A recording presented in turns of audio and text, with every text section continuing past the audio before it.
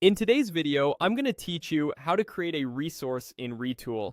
By the end, you'll know exactly how to connect a data source so you can use it across your Retool apps confidently and consistently. First, open your browser and head to retool.com. Once you're in your workspace, we'll start from the main dashboard.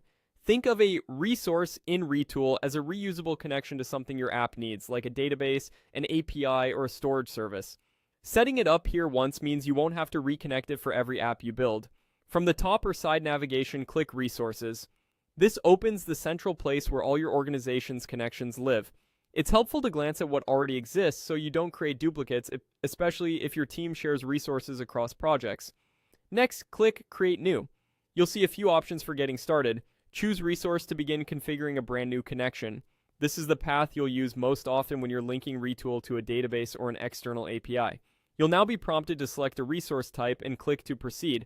Pick the option that matches what you're connecting to, such as Postgres, MySQL, a REST API, GraphQL, or a file and storage provider. If you're not sure which one fits, check the docs for your data source so you match the correct driver or connector. Give your resource a clear, recognizable name.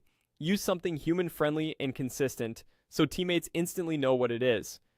Many teams include the environment and purpose like staging, orders DB, or prod customer API to avoid confusion.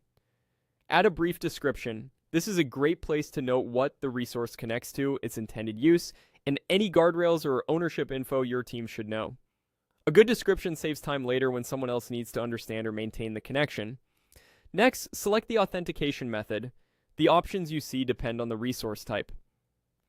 For databases, you might provide a user and password or a connection string.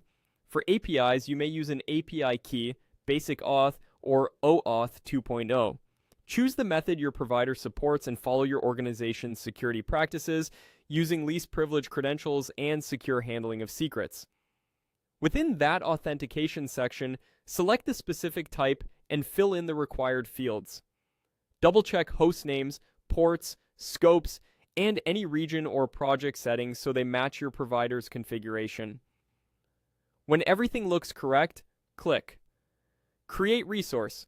Retool will save the connection and make it available in your apps. You'll see it listed in your Resources page, and you can return here anytime to review settings, update credentials, or refine the description as your project evolves.